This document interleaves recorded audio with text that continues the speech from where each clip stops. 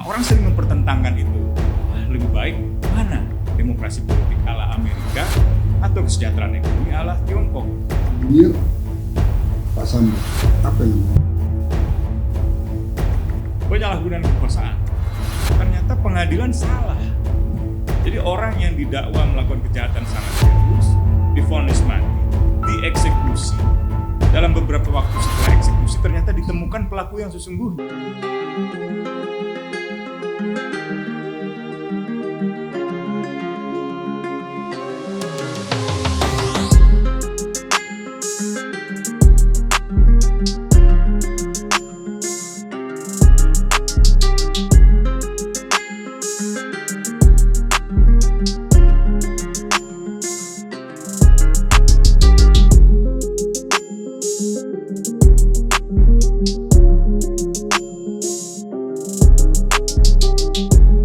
ciri-ciri pelanggaran HAM itu seperti apa kira-kira? Biasanya ada dimensi kewajiban negara yang dilanggar atau ada hak dasar dari warga yang dilanggar. Hak dasar ini bukan karena ia orang Indonesia, bukan karena ia orang Kupang, bukan karena ia orang Sunda, gitu ya, tapi karena ia manusia. Gitu. Nah, misalnya kalau dalam konteks kewajiban negara, negara punya kewajiban untuk melindungi hak asasi manusia. Bahkan hak dari manusia yang melakukan pelanggaran hukum untuk tetap diasumsikan belum bersalah sampai pengadilan mengatakannya bersalah. Karena itu ketika negara dibolehkan menangkap, menangkapnya harus sesuai prosedur. Ada pemberitahuan, ada dasarnya, ada buktinya, nggak boleh disiksa, ada batas waktunya, dan dihadapkan di pengadilan, didampingi pengacara, dan seterusnya. Gitu. Atau dalam penanggulangan demonstrasi, negara tidak bisa mengatakan bahwa demonstrasi misalnya tidak berizin karena itu dibubarkan paksa, itu tidak boleh. Yang namanya demonstrasi, apalagi dilakukan secara damai, justru harus dilindungi. Gitu ya. Nah sekarang ini kan ada kesan harus ada izin, padahal sebenarnya tidak ada. Yang ada pemberitahuan, itu pun sebenarnya tidak harus. Pemberitahuan itu pun untuk mengamankan. Jadi kalau ada penggunaan kekuatan yang berlebihan, polisi boleh nangkap. Tapi kalau tidak ada alasan, ya tidak boleh. Kalau menangkap dengan kekerasan, tidak boleh. Polisi boleh menembak, negara boleh menembak. Kalau misalnya petugas yang menggunakan senjata api itu dalam keadaan jiwanya terancam. Atau dalam keadaan di mana jiwa orang lain terancam. Sehingga ketika ia menggunakan senjata api itu, ada dasar hukumnya. Dan dilakukan secara proporsional. Tidak bisa misalnya penjahat karena katakanlah oh dia mau melawan lalu ditembak lagi sampai ya betul-betul ya itu yang berlebihan, yang eksesif. Jadi atau ada perbuatan antara warga negara dengan warga negara lain, entah itu pembunuhan dan lain-lain atau rasisme misalnya. Nah, negara punya kewajiban. Kalau tadi contohnya kan negara yang langsung melakukan. Nah, dalam contoh yang seperti ini negara tidak langsung melakukan pelanggaran hak asasi manusia.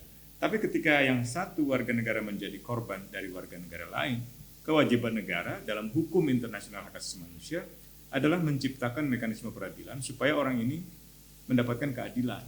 Atau menciptakan aturan supaya ada larangan atas perbuatan dan ucapan rasisme misalnya. Jadi kewajiban-kewajibannya bisa dalam berbagai bentuk. Oke. Itu kan negara, Bang. Kan luas. Kira-kira kalau dipecahkan itu, kira-kira biang kerok tuh yang paling banyak melakukan pelanggaran HAM itu siapa di Indonesia tuh? Kalau bisa bahasanya biang kerok ya. Iya. Sebenarnya Amnesty baru meluncurkan laporan tentang kondisi kebebasan sipil. Kebebasan sipil itu kebebasan berpendapat, berkumpul secara damai, dan seterusnya. Nah, banyak sekali pendapat-pendapat yang kritis dikriminalisasi atau demonstrasi-demonstrasi yang kritis direpresi. Itu laporannya baru kita luncurkan awal Oktober kemarin. Dan dari seluruh kasus ada 300 lebih itu serangan yang sifatnya langsung maupun yang melalui ranah digital, itu kebanyakan polisi yang melakukannya. Gitu. Jadi datanya memperlihatkan seperti itu. Mungkin karena polisi memang institusi negara yang terdepan, yang paling sering dalam setiap hari melayani masyarakat. Nah, ketika tugas-tugas itu menyimpang, otomatis yang paling banyak bersentuhan dengan masyarakat ya kepolisian. Even di zaman Orde Baru. Di zaman Orde Baru ya militer, karena militer banyak mengintervensi kehidupan sosial politik ya dalam layanan masyarakat ya dan lain-lain sebagainya di aspek budaya, di aspek politik, di aspek bisnis, ekonomi, semuanya lah. Bang, saya mau minta tanggapan abang tentang hukuman mati. Kira-kira gimana? Kalau saya sendiri secara nurani saya tidak menolak hukuman mati. Kalau abang gimana? Iya, sama. Saya juga nurani saya merasa bahwa hukuman mati itu tidak manusiawi, merendahkan martabat manusia. Cuman pandangan ini seringkali disalahpahami seolah-olah orang-orang yang telah melakukan kejahatan dan harus dihukum mati dibela oleh pandangan kita seolah-olah mereka harus dibebaskan. Padahal bukan itu. Ada hukuman lain yang mungkin lebih tepat gitu ya. Dan dalam sejarahnya hukuman mati itu banyak digunakan untuk memberangus oposisi. Yang terbaru contoh-contoh di Mesir, misalnya di bawah Jenderal El-Sisi, beberapa oposisi itu dituntut mati. Di Turki juga begitu. Padahal Turki itu tergolong negara yang maju, yang bentar lagi menjadi anggota Uni Eropa ketika itu. Sekarang mengalami kemunduran luar biasa. Di Tiongkok juga gitu. Di masa Orde Baru Indonesia juga begitu. Jadi banyak penggunaan hukuman mati itu secara salah diterapkan untuk mengendalikan oposisi. Sebenarnya tahun 66 ketika Kovenan Internasional Hak Sipil dan Politik itu baru disahkan, hukuman mati itu masih dibolehkan. Hukuman mati itu dianggap sebagai pengambilan kehidupan manusia, ya, yang kalau dilakukan oleh putusan pengadilan yang benar, yang jujur, itu dibolehkan. Kecuali terhadap beberapa hal. Terhadap perempuan hamil nggak boleh, terhadap anak-anak nggak boleh, atau terhadap kejahatan yang ringan. Hanya boleh kejahatan yang sangat serius. Itu dalam Kovenan Hak Sipil dan Politik. Jadi tahun 66 itu mayoritas negara di dunia masih menerapkan hukuman mati. Dalam praktiknya, negara-negara banyak menerapkan secara berbeda apa yang disebut sebagai kejahatan sangat serius itu. Dalam Kovenan mestinya hanya kejahatan serius yang boleh dihukum mati melalui pengadilan. Dalam prakteknya oposisi dihukum mati. Ya, menghina seseorang, menghina pejabat, menghina raja, menghina presiden itu bisa dihukum mati. Jadi mulai ada semacam kesadaran baru di dunia bahwa ini banyak penyimpangannya. Bahkan ketika pengadilan sudah menjatuhkan putusan sebagai dasar untuk katakanlah menghilangkan nyawa secara yudisial, banyak kasus memperlihatkan ternyata pengadilan salah. Jadi orang yang didakwa melakukan kejahatan sangat serius, divonis mati, dieksekusi, dalam beberapa waktu setelah eksekusi ternyata ditemukan pelaku yang sesungguhnya. Ya, Nah, Indonesia juga pernah kejadian oleh CIA. Nah, bisa beberapa begitu. kali dia nangkap. Banyak negara-negara di dunia mengalami itu. Akhirnya ada semacam kesadaran baru, nah ini nggak betul ya. Termasuk kesadaran bahwa ternyata tidak ada hubungannya antara hukuman mati dengan menurunnya angka kejahatan. Gitu. Lihat aja sekarang, Australia kan nggak punya hukuman mati, tapi berapa tingkat kejahatannya dibanding Indonesia misalnya. Amerika ada negara-negara yang mengandung hukuman mati, ada yang tidak. Coba bandingkan, apakah ada korelasi? Tidak ada. Eropa tidak ada hukuman mati. Apakah kejahatan tinggi? Tidak. Swedia, Norwegia nggak ada hukuman mati, tapi kejahatan rendah sekali. New Zealand juga begitu. Nah ini akhirnya perkembangan dunia mengarah pada penghapusan hukuman mati. Jadi Amnesty sejak tahun 60-an mengkampanyekan hukuman mati harus dihapuskan. Bahkan setelah Kovenan Hak Sipil dan Politik itu disahkan dan masih membolehkan hukuman mati, Amnesty menolak hukuman mati. Sampai sekarang ternyata mayoritas di dunia sudah menghapuskan hukuman mati. Jadi ini yang saya kira meyakini saya bahwa memang hukuman mati itu kejam, tidak manusiawi dan merendahkan martabat manusia. Oh, pernah ada satu eksperimentasi yang cukup menarik untuk para algojo. Dan ini yang membuat banyak negara bereksperimen. Dari mulai digantung, dipenggal, di kursi listrikan gitu ya. atau misalnya digantung gitu, atau ditembak. Ini kan metode-metode yang meyakini bahwa kalau manusia ditembak bisa langsung mati, dia nggak akan memperlihatkan kesakitan. Kalau kenanya di jantung. Nah, ada banyak argumen yang memperdebatkan itu gitu. Ternyata setelah ditembak pun enggak, masih bergerak itu. Sama seperti ketika dipenggal, orang membayangkan kalau sudah dipenggal pasti dia akan Penggal dengan giletin. Kehilangan rasa sakit gitu. Dengan giletin itu ya. Iya, dengan giletin itu di zaman Eropa itu. Nah, itu ternyata masih gerak-gerak badan itu. Seperti kalau kita lihat orang memotong binatang gitu, binatangnya masih bisa jalan-jalan. Begitu pula kursi listrik. Seolah-olah kursi listrik dianggap langsung mematikan orang, tidak ada rasa sakit. Ternyata orang bisa bergerak-gerak di kursi listrik itu. Demikian pula digantung, demikian pula di metode-metode lain itu. Akhirnya saya kira banyak sekali para ahli hak asasi manusia yang menyimpulkan tidak ada metode eksekusi yang katakanlah yang manusiawi gitu. Semua metode, apapun metodenya, tetap dia tidak manusiawi karena itu tidak boleh. Gitu. Tapi dilematisnya begini, Pak. Terutama di Indonesia, ketika kita menolak seseorang dihukum mati, kita dianggap membela si terdakwa. Iya, itu kan problemnya. Ya, itu jangankan di Indonesia, di negara lain, bahkan kami pernah banyak membahas situasi di Australia pasca peledakan bom di Bali. Itu kan banyak orang Australia yang misalnya menjadi korban. Ada seorang teman mengatakan, ini kalau Australia melakukan polling atau jajak pendapat, bisa jadi mayoritas orang Australia yang ketika itu marah pada peristiwa peledakan bom Bali itu akan mendukung hukuman mati. Kembali lagi. Tapi memang di dalam sejarahnya penghapusan hukuman mati di sebuah negara bukan karena persepsi umum masyarakat. Karena persepsi itu biasanya lebih bersifat emosional. Ya, betul. Wah, ini orang kejam banget, hukum mati gitu. Itu sama seperti peristiwa-peristiwa pencurian berskala kecil. Misalnya mengambil alat amplifier di sebuah rumah ibadah langsung dipukuli sampai mati misalnya gitu, atau dibakar hidup-hidup untuk penjambretan. Itu apa ya namanya, reaksi reptilian manusia itu yang bisa jadi sangat brutal itu. Nah, penghapusan hukuman mati banyak yang lebih datang dari kajian, dari hasil riset dan dari kepemimpinan politik yang memang rasional gitu ya, bahwa hukuman mati secara ilmiah tidak terbukti menurunkan angka kejahatan dan tidak bisa dikaitkan dengan misalnya efek jerak kepada pelaku. Bagaimana pelaku bisa jerak kalau sudah dieksekusi? Ya mati. Udah mati. Nah, yang paling mungkin efek gentar kepada orang lain, menggentarkan orang lain, tapi ternyata juga tidak. Tetap aja karena kejahatan itu faktornya bisa sosial, bisa ekonomi, bisa macam-macam lah gitu. Ya berarti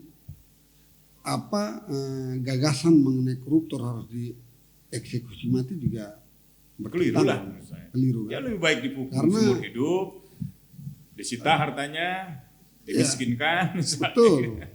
Saya lebih setuju dimiskinkan. Ya misalnya, dimiskinkan kan secara proporsional sejauh hartanya itu memang merupakan harta curian dari negara atau dari dana rakyat misalnya. Dan hak-hak politiknya dibatasi. Ya bisa sih.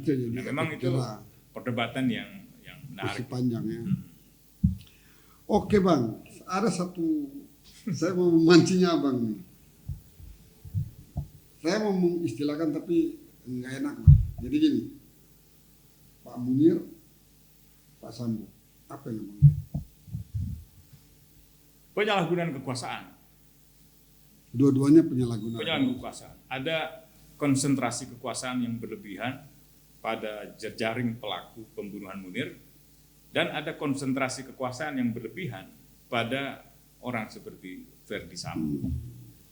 Nah itu kan sudah ada diktumnya, sudah ada fatwanya itu dari Lord Acton bahwa kekuasaan itu cenderung korup.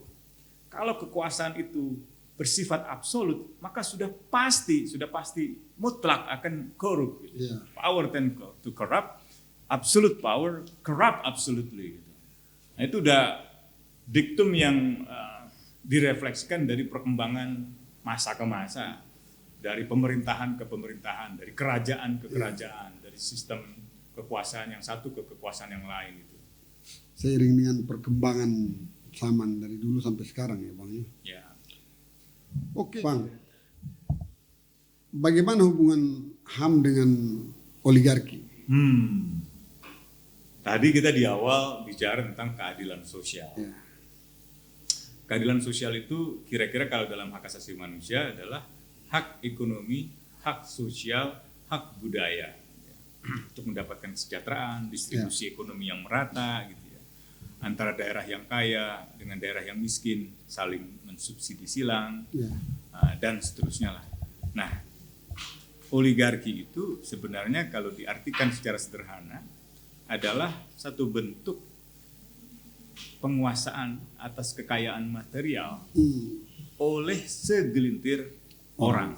Nah, artinya bukan distribusi kekayaan secara merata seperti dibayangkan di dalam hak-hak ekonomi, sosial, budaya, atau dalam imajinasi tentang keadilan sosial.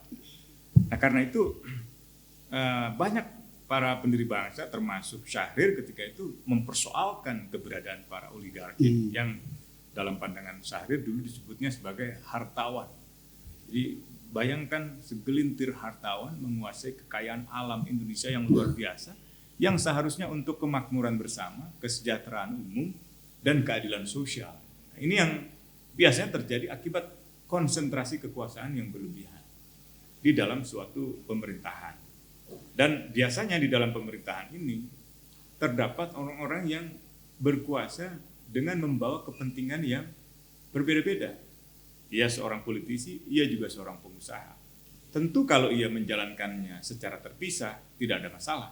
Yang sering terjadi dalam fenomena oligarki itu adalah penguasaan kekayaan material yang luar biasa itu dilakukan oleh segelintir orang yang kebetulan punya partai, punya perusahaan, dan punya jabatan. Bentar Bang, ini udah dari zaman Bung Sarir ya, dari zaman Orde Baru, Orde Lama. Syahrir udah mempersoalkan itu, dan dulu oligarki itu kalau di tahun 60-an itu melekat pada angkatan darat. Makanya kalau kita baca tulisan Ben Anderson itu disebutnya Army Oligarch. Oligarki angkatan darat yang menguasai sumber-sumber ekonomi nasional. Memang pada mulanya adalah nasionalisasi. Setelah kita merdeka, seluruh aset-aset asing, aset-aset kolonial gitu ya, kan dinasionalisasi, diproses supaya menjadi milik Indonesia. Nah, karena itu situasinya masih keadaan darurat, setelah perang, maka ditempatkanlah itu posisi pasukan-pasukan militer atau pimpinan-pimpinan militer untuk mengelola nasionalisasi itu. Tapi sementara sifatnya. Nah, lagi-lagi kembali ke Lord Acton, kalau seandainya ada konsentrasi yang berlebihan pada kekuasaan, dia cenderung korup, cenderung menyimpang, cenderung menyalahgunakan. Apalagi kalau ada kekuasaan yang absolut, udah pasti absolut gitu, udah pasti korup gitu. Nah, dalam masa-masa itulah terbentuk oligarki militer yang terutama angkatan darat yang akhirnya dipersoalkan oleh banyak pihak gitu. Dan berujung dengan peristiwa yang paling kolosal dalam sejarah Indonesia, pembunuhan massal tahun 65 gitu, di mana faksi-faksi oligarki angkatan darat berkolaborasi dengan modal asing untuk menguasai ekonomi Indonesia dan menggulingkan pemerintahan Soekarno. Tentu itu salah satu versi dari peristiwa 65. Ada banyak versi lainnya gitu. Tapi yang pasti distribusi ekonomi yang tidak merata ketika itu sedemikian rupa sampai membentuk pertentangan identitas ideologis gitu. Sama seperti waktu pemilihan presiden tahun 2019, 2014, termasuk pemilihan Gubernur DKI Jakarta pada tahun 2016-2017.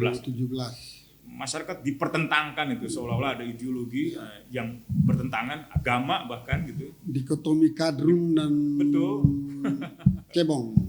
Ya. Padahal sebenarnya yang berkelindan secara kental di balik pertentangan ideologis itu adalah pertarungan sumber-sumber ekonomi gitu. Nah, kita ini seringkali hanya diadu domba aja. Nah, ini menurut saya masyarakat harus belajar dari sejarah ya, dari sejarah zaman-zaman kolonial, zaman Orde Baru, zaman pemiluhan reformasi, supaya tidak sampai terjebak ke dalam perang saudara. Kita punya sejarah kelam di Maluku, di Poso, di Sampit, Sambas, itu janganlah terulang lagi. Itu tanggung jawab kita. Tanggung jawab bersama, Betul. Tapi dalam hukum internasional hak asasi manusia tanggung jawab negara. Makanya kalau pemilih pemimpin negara harus hati-hati, harus orang yang memang punya akar Jangan Betul. sampai memilih orang hanya karena terkesima strategi PR-nya itu. Membentuk pencitraan gitu ya. Itu yang simbolik-simbolik itu menurut saya Amerika pun pernah salah untuk itu. banyak Benar, berkali-kali. tahun 1919 saya lupa itu memang. Ya nggak usah jauh-jauh lah, Donald Trump kemarin misalnya gitu. Itu dianggap pemimpin yang salah satu yang terburuk dalam Ya. jajaran Presiden Amerika. Rasis, mengagungkan superioritas ras Ya. kulit putih, berdiskriminasi terhadap warga pendatang, terhadap warga Meksiko, terhadap warga Muslim, Ya. dan menimbulkan banyak kekacauan. Bahkan ketika berakhir kekuasaannya itu, untuk pertama kalinya dalam sejarah itu gedung Capitol Hill, White House itu Ya. terjadi kericuhan itu sampai luar biasa memalukan. Sebelum diambil alih oleh Biden. Iya. Nah ini belajar kita dari pengalaman itu bahwa ternyata ratusan tahun melalui proses demokrasi pun tidak selalu mudah untuk mewujudkan janji-janji demokrasi itu tentang kesejahteraan sosial, keadilan, dan lain-lain.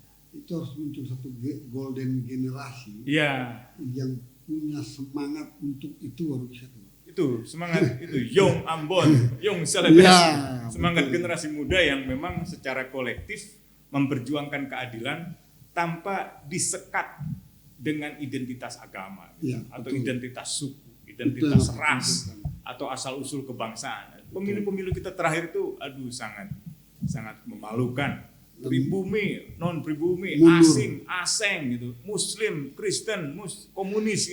Jadi itu menurut saya pertentangan-pertentangan yang menutupi mata kita dari realitas penguasaan kekayaan alam kita yang luar biasa oleh segelintir oligarki itu.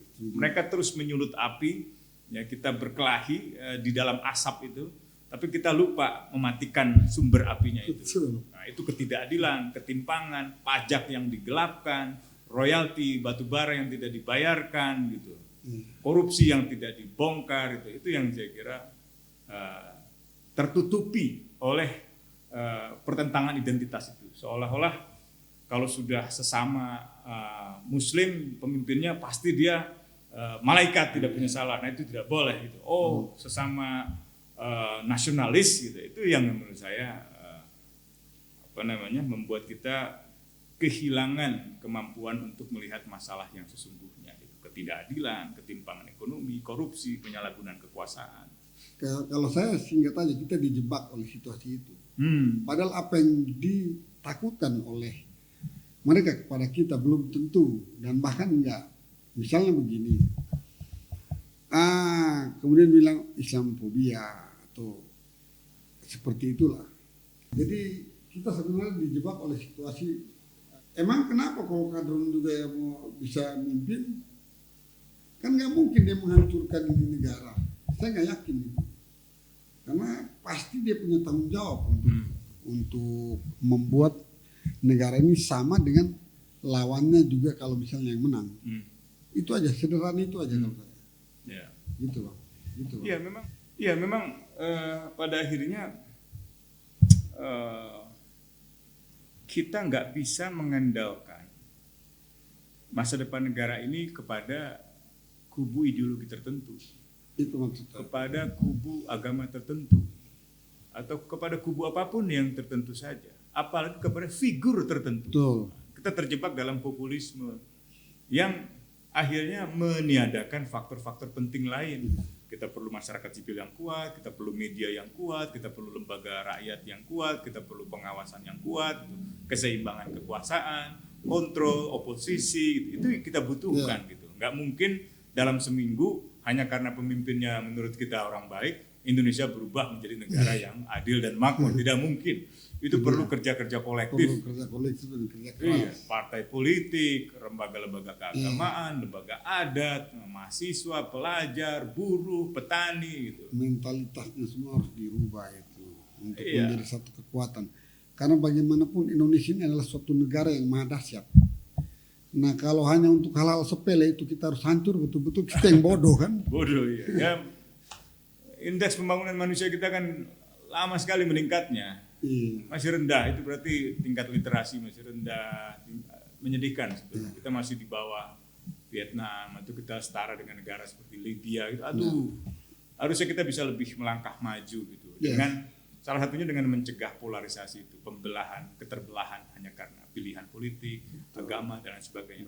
Berbeda tidak masalah, tapi kalau sampai betul-betul membawa kita pada perpecahan, apalagi kekerasan, rasisme, atau primordialisme, itu menurut saya, aduh, sayang sekali. Akhirnya memang ada apa ya namanya, ada realitas ketidakadilan yang sudah berlangsung lama, gitu ya kan. Orang Timur paling bisa merasakan itu.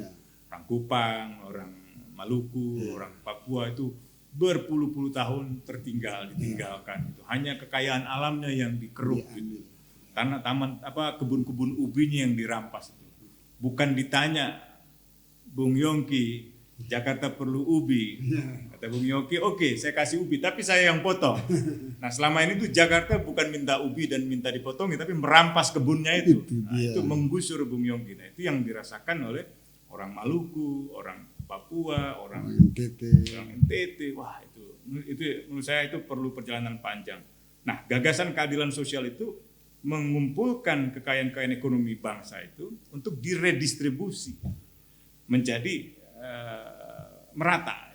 Ini yang idealnya begitu. Nah, hanya dengan cara mengikis kekuatan oligarki itu.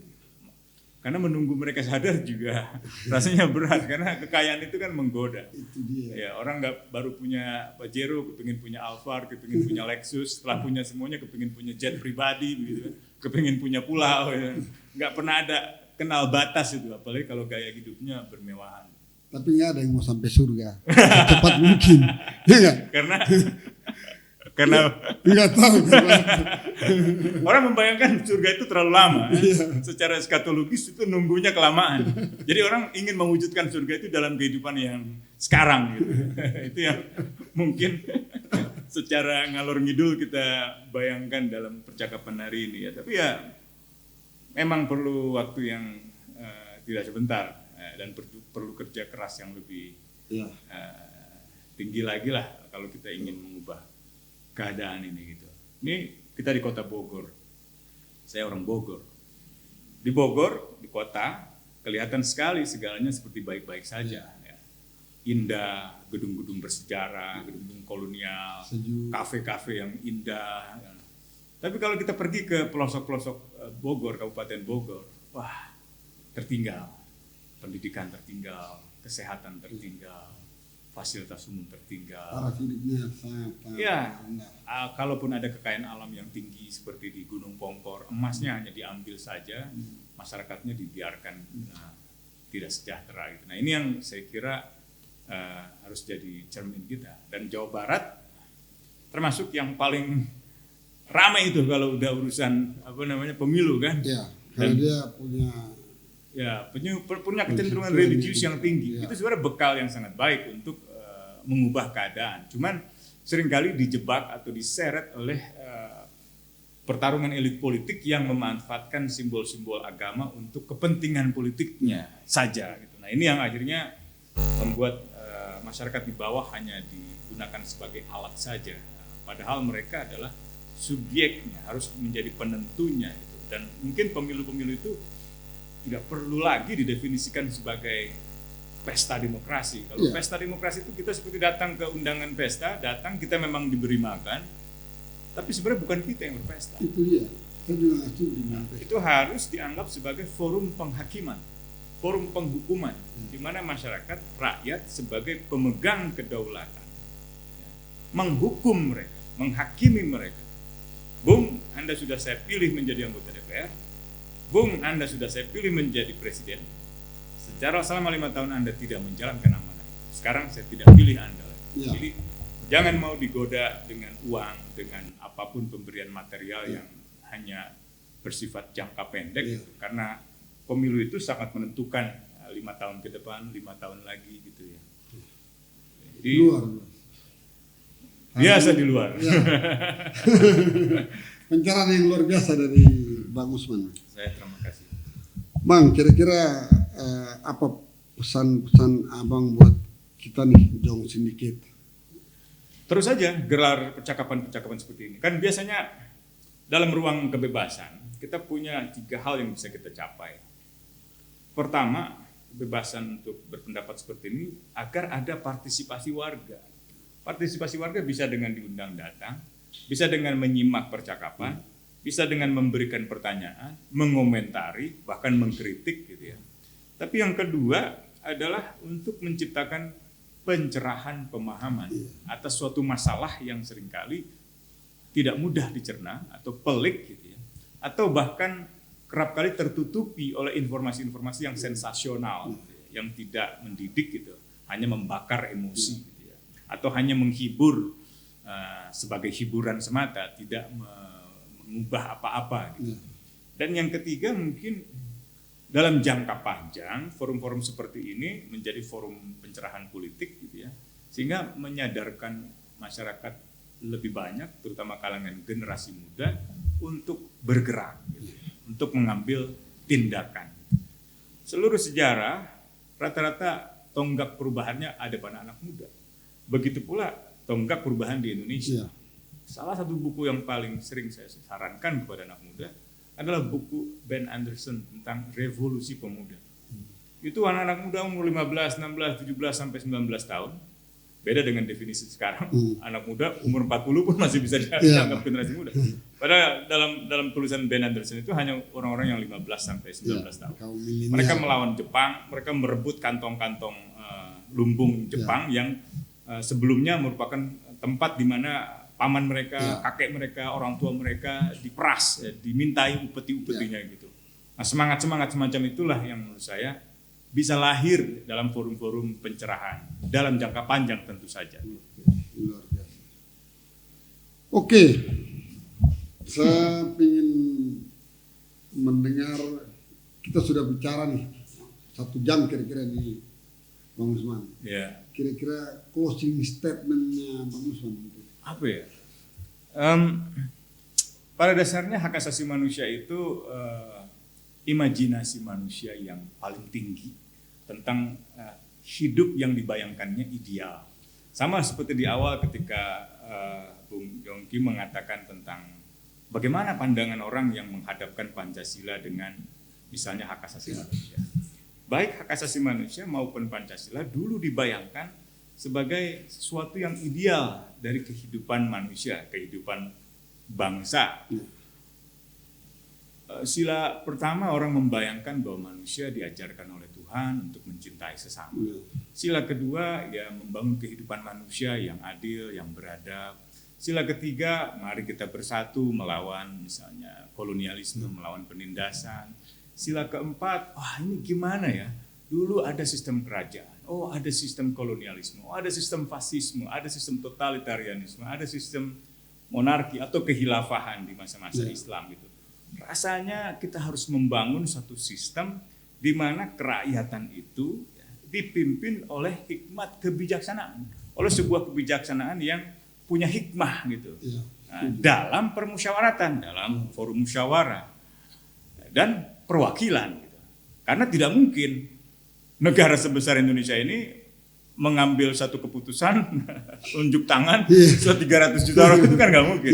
Ya udah lewat perwakilan itu dirumuskan. Bahkan seingat saya pertama kali sila keempat itu dirumuskan satu tarikan nafas dengan sila kelima dengan keadilan sosial bagi seluruh rakyat Indonesia. Nah itu dulu dibayangkan sebagai perjumpaan antara pandangan demokrasi sosial, demokrasi ekonomi, dan demokrasi politik. Nah, orang sering mempertentangkan itu. Lebih baik mana demokrasi politik ala Amerika atau kesejahteraan ekonomi ala Tiongkok. Padahal dua-duanya tidak terpisahkan.